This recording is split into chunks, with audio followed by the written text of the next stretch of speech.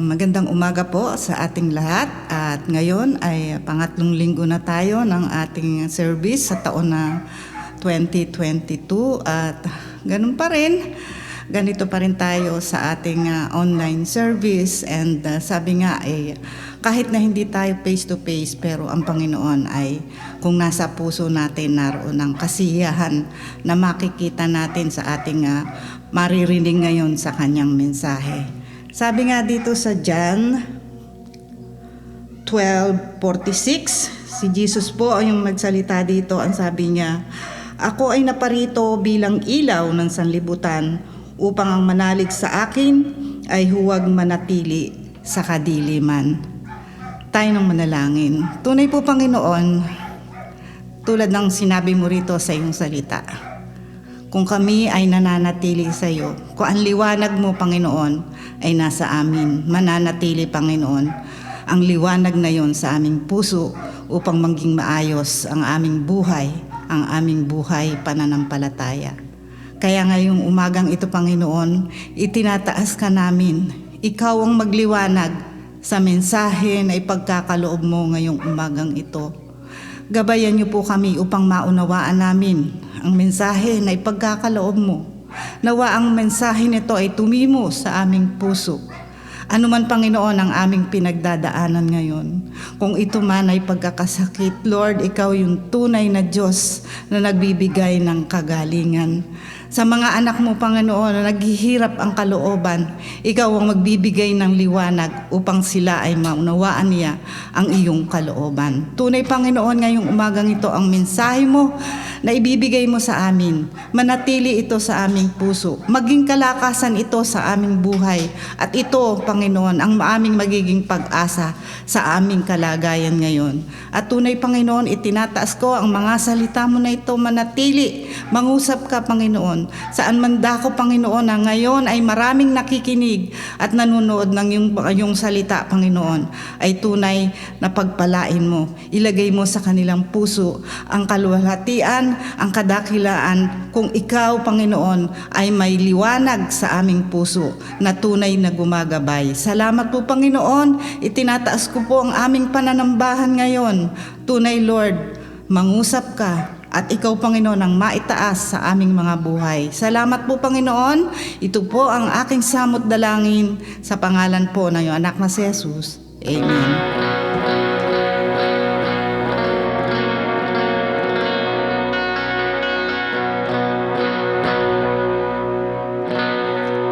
Good morning po sa bawat isa. Happy Sunday Church. Welcome po sa ating Sunday service. And this morning, samahan niyo po ako na bigyan ng papuri at pasalamat ang ating Panginoon. Talagang lahat ng papuri at all the praises and glory ay ibigay natin ngayon sa ating Panginoon ngayong bagang ito. Sama-sama niyo po ako na i-bless yung name ng ating Panginoon this morning. Let's worship our God.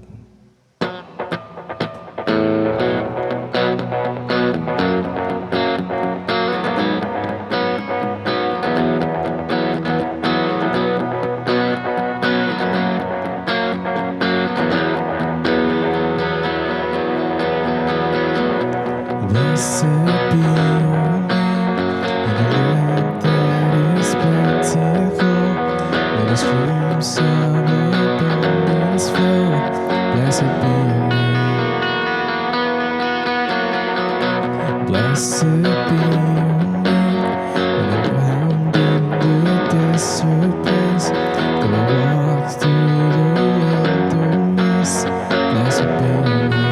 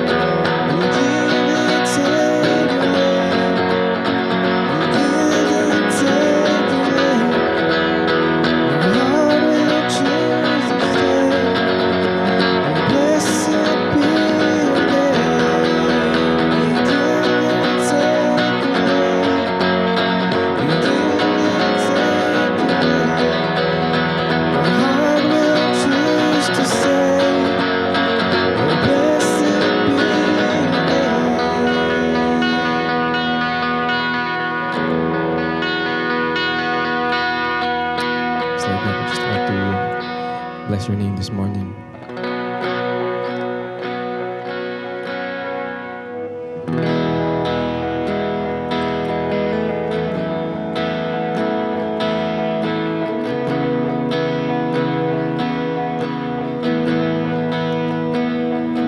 Be still and know that the Lord is in control. Be still, my soul. Stand and watch as giants fall. I won't be afraid, 'cause you are here. You silence all my fear. I won't be afraid. Don't let go. Be still, my heart, and know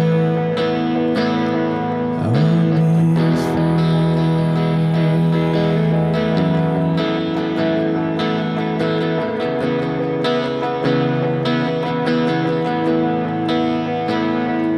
Be still and trust what the Lord has said and done. Find rest, don't strive. Watch His faith and grace align. I won't be afraid. You are here. You silence all my fear. I won't be afraid. Don't let go. Be still, my heart, and know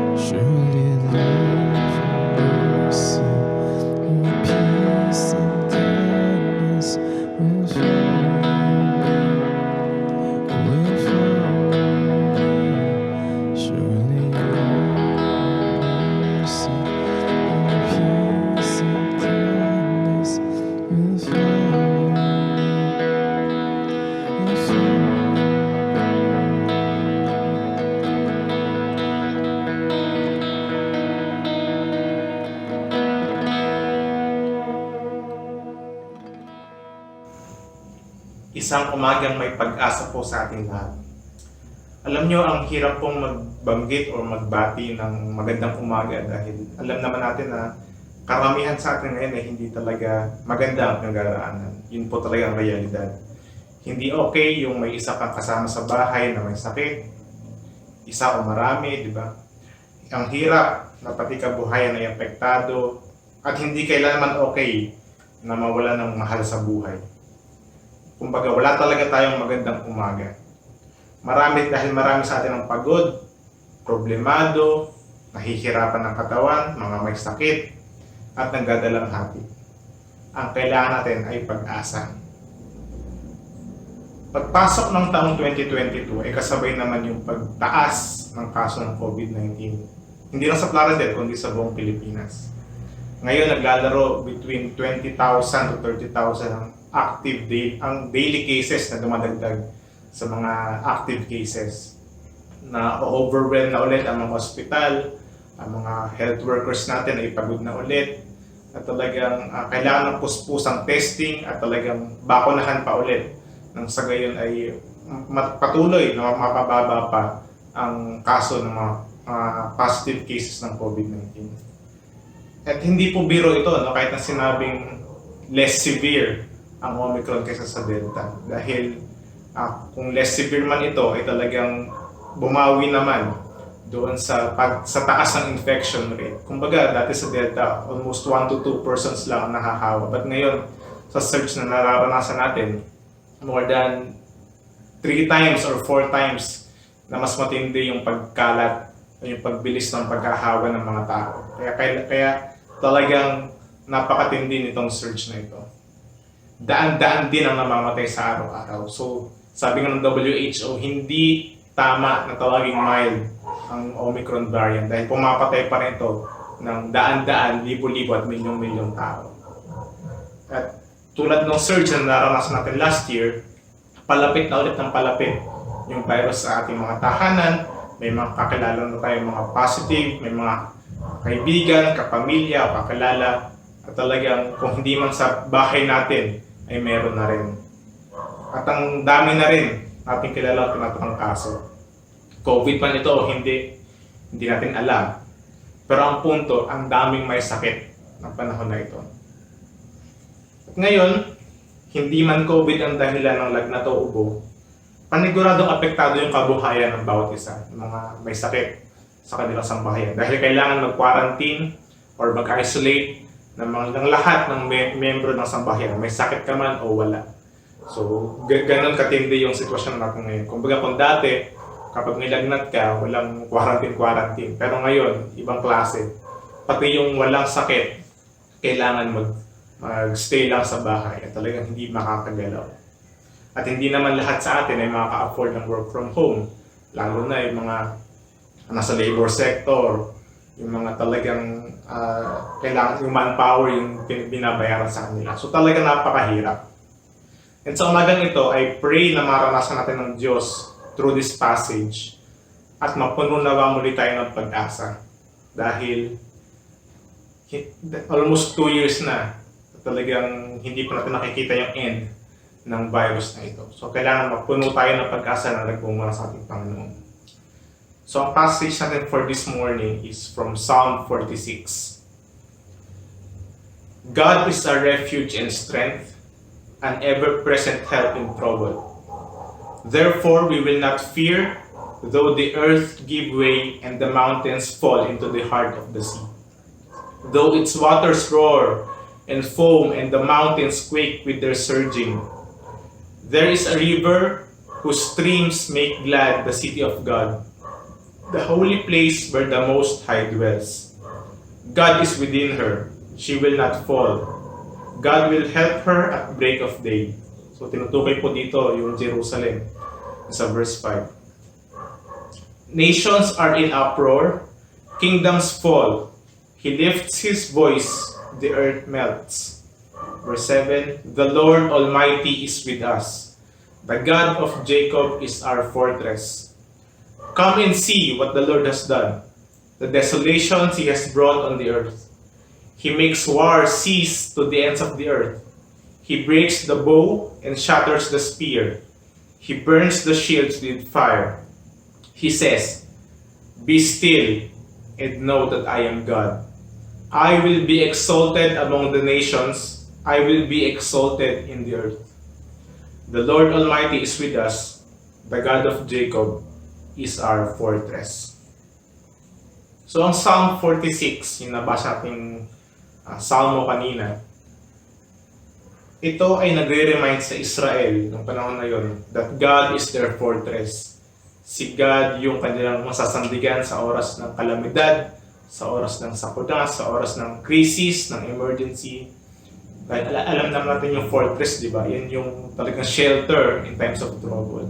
Kung makikita natin yung mga fortress na ginawa ng World War II, talaga makikita natin yung tibay na structure, yung talagang depensa ay matitibay, yung kumbaga very shielded from the enemy na kahit bombahin ay hindi agad-agad magigiba. At itong Psalm 46 din ay nagre-remind sa nations around Israel that God is above them. Na kumbaga, hindi nyo kayang talunin ang Diyos ng Israel. Kumbaga, sabi nga diba sa verse 8, "Come and see what the Lord has done." It's an invitation for the nations to see na itong Diyos ay He has make war cease. Kumbaga, napapatigil niya yung mga gera. He breaks the bows and shatters the spear. He burns the shields with fire. Kumbaga, sinasabi sa nations na wala kayong panama sa Diyos na ito. And it also used to remind the people na yun nga, that God can be a refuge during natural or man-caused crisis.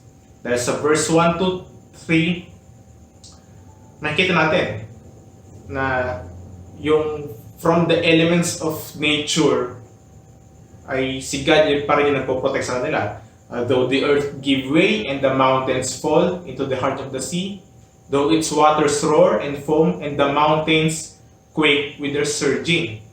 So God is a refuge and strength, an ever-present help in trouble.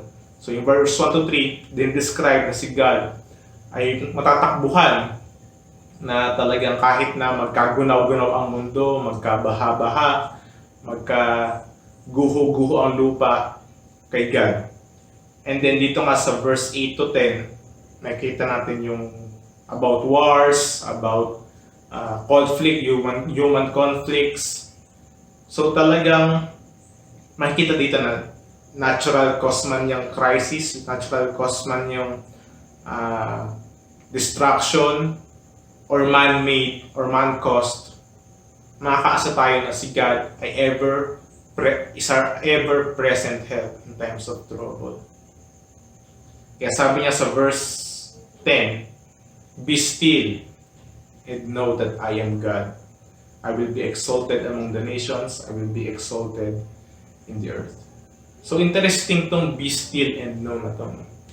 Dahil hindi ito ibig sabihin na kumbaga magkasabay na pwedeng mangyari. Na mag-still, kumbaga sabay kang mag-still and sabay mong malalaman. Kumbaga, ito, it is may mauuna at may mahuhuli. Kumbaga may magiging effect yung kasunod.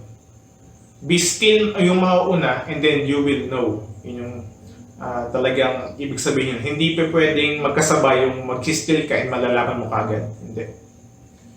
Be still, hindi ito yung ganyan ka lang na parang na tameme ka na or na naging stiff ka na, no? Hindi ka na makagalaw. But yung essence ng word na ito is about pagpapaubaya, pagsuko, or to empty oneself, no? Yung pag-ubos mo sa sarili mo at handa kang mag-take in ng panibago. So yung pagpapaubaya, napakalaking mahirap para sa tao yan. Dahil tayo mga tao, we need control eh. Talagang gusto natin lagi hawak natin. Lahat gusto natin kontrolin, lahat gusto natin magawa according to our own ways. Kaya napakahirap ito, pagpapaubaya, pagsuko, being still. Napakahirap. Pero once na we let go of the control, we let go of our pride, Diba? Nakaya ko to, magagawa ko to.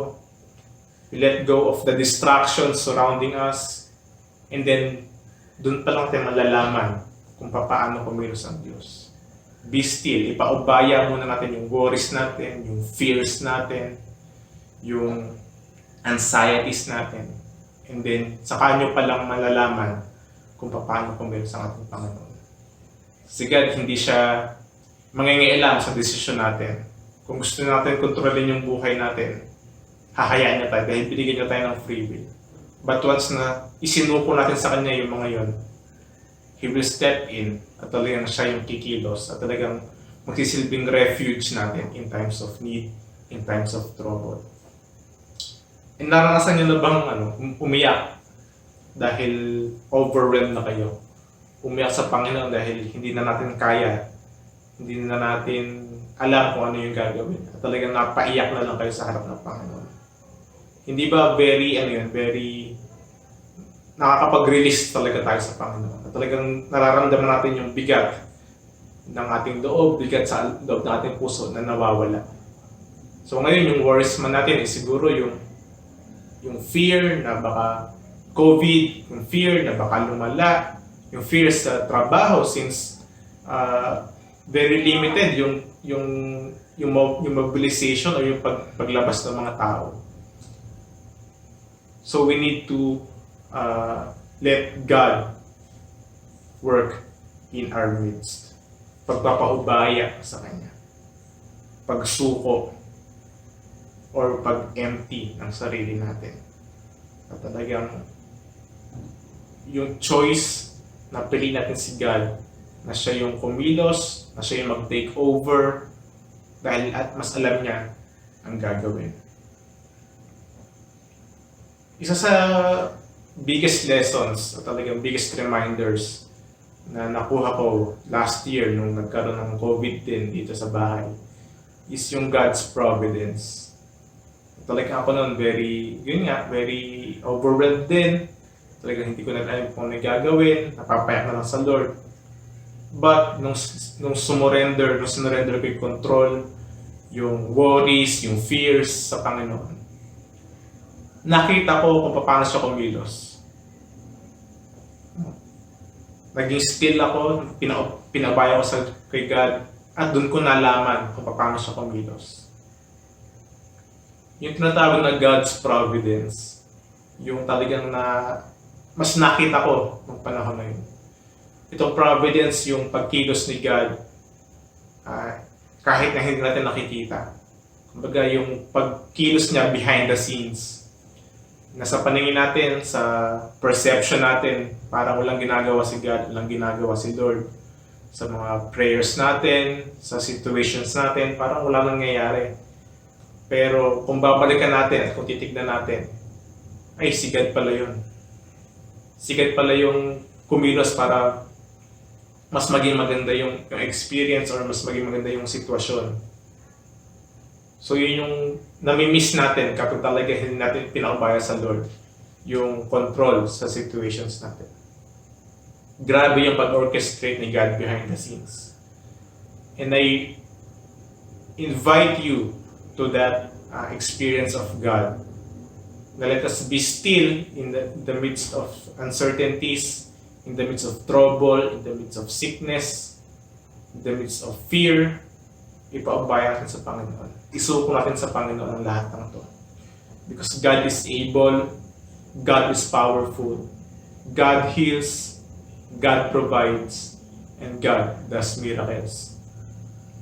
And may pagkakataon man na hindi tumugon ng Diyos sa kagustuhan natin, worth pa rin na ilagay yung trust sa Kanya dahil alam niya ang lahat ng bagay.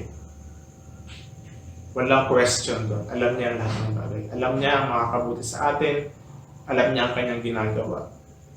Even though dumaan man tayo sa napakasakit na experience, God can give us comfort. God can heal our pains. And God can make a way for us to be whole again.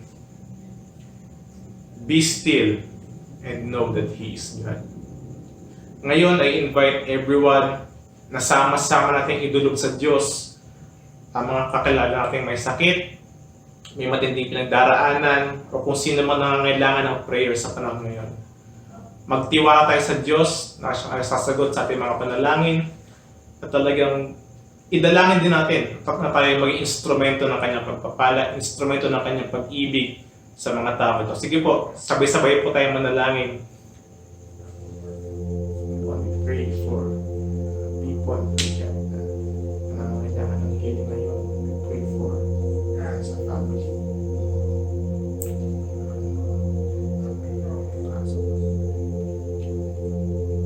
Heal, Panginoon, sa kanila.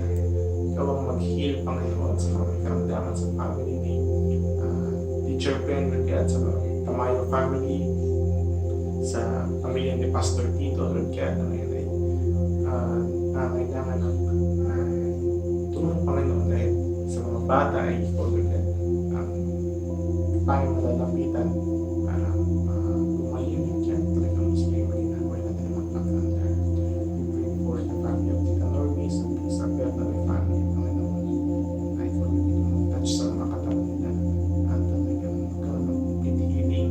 At we pray, Lord God, na hindi man naging positive kasi sa kanila. We pray, Lord God, that you would spare them from any more complications and pagpili sa pamilya.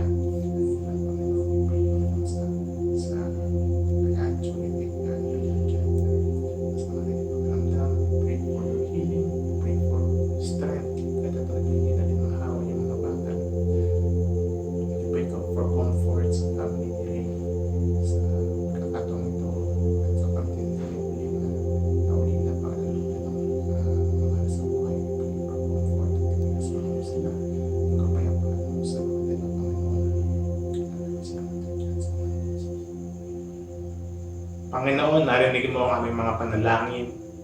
Alam namin, Lord God, na ikaw ang tutugon sa mga ito, one way or the other.